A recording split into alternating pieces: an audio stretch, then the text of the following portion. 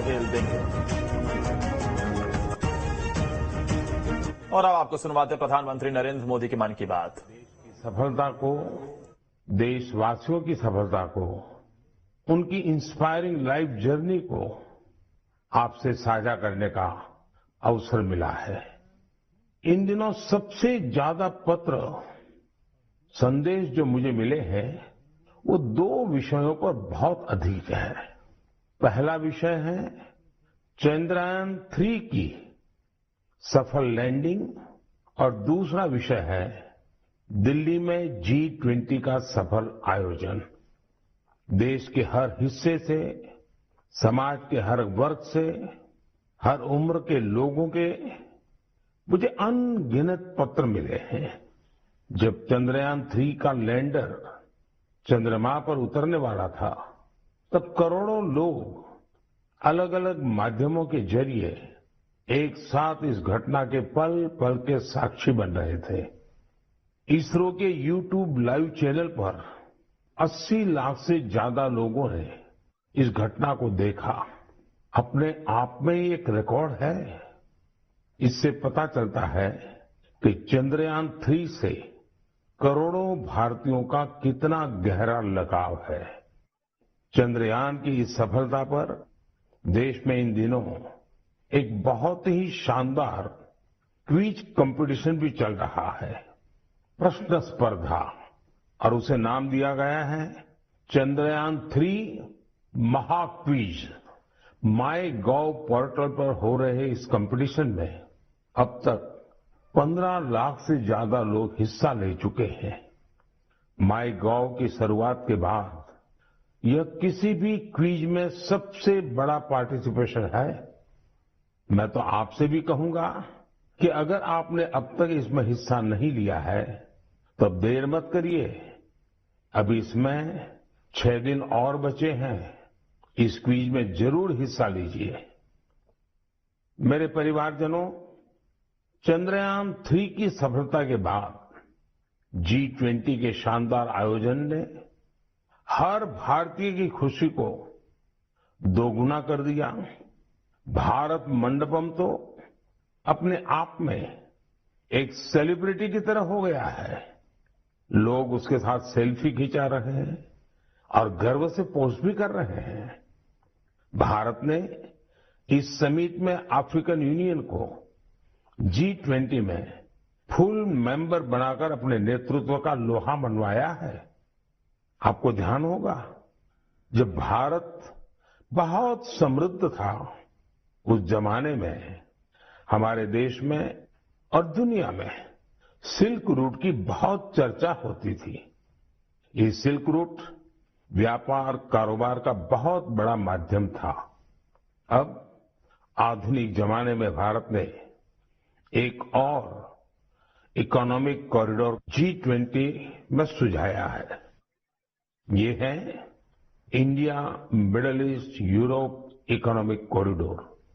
ये कॉरिडोर आने वाले सैकड़ों वर्षों तक विश्व व्यापार का आधार बनने जा रहा है और इतिहास इस बात को हमेशा याद रखेगा कि इस कॉरिडोर का सूत्रपात भारत की धरती पर हुआ था। साथियों, G20 के दौरान जिस तरह भारत की युवा शक्ति इस आयोजन से जुड़ी, उसकी आज विशेष चर्चा आवश्यक है। साल भर तक देश के अनेकों यूनिवर्सिटीज में G20 से जुड़े कार्यक्रम हुए। अब इसी श्रृंखला में दिल्ली में एक और एक्साइटिंग प्रोग्राम होने जा रहा है, G20 यूनिवर्सिटी कनेक्ट प्रोग्राम।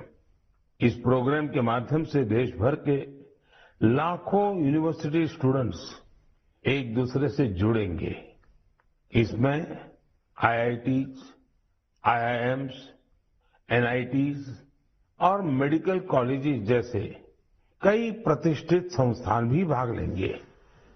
मैं चाहूंगा कि अगर आप कॉलेज स्टूडेंट हैं तो 26 सितंबर को होने वाले इस कार्यक्रम को जरूर देखिएगा, इससे जरूर जुड़िएगा।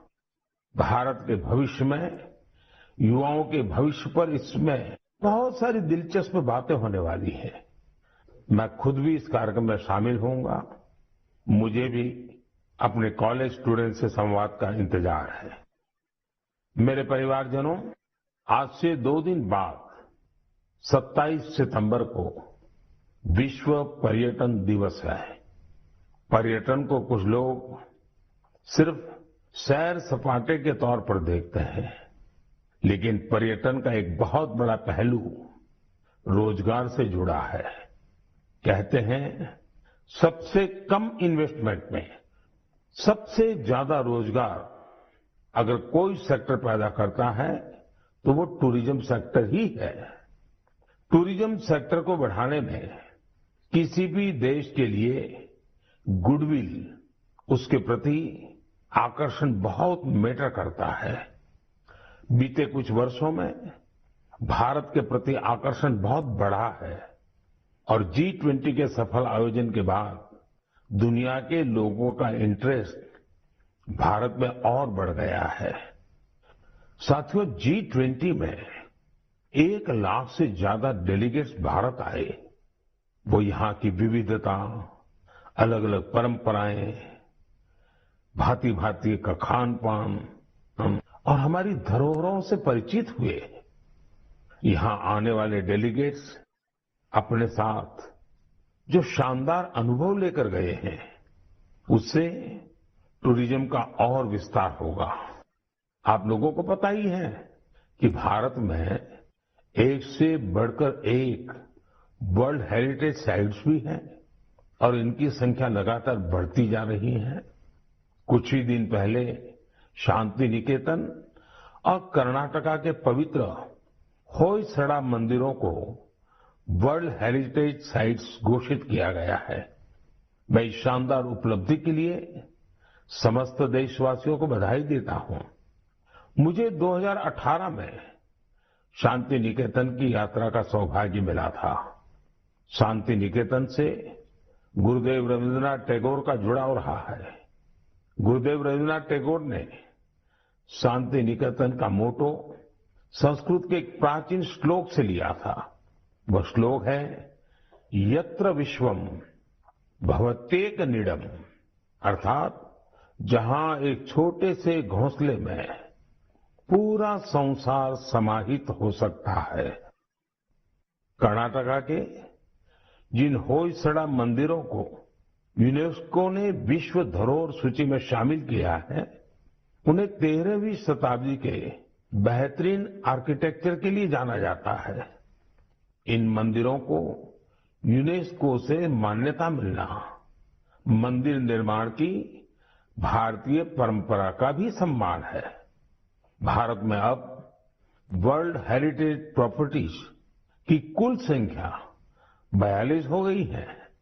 भारत का प्रयास है कि हमारे ज्यादा से ज्यादा ऐतिहासिक और सांस्कृतिक जगहों को वर्ल्ड हेरिटेज साइट की मान्यता मिले। मेरा आप सबसे आग्रह है कि जब भी आप कहीं घूमने जाने की योजना बनाएं तो ये प्रयास करें कि भारत की विविधता के दर्शन करें। आप अलग अलग राज्यों की संस्कृति को समझें। और खबरों में आगे बढ़ते हैं। छत्तीसगढ़ में बीजेपी की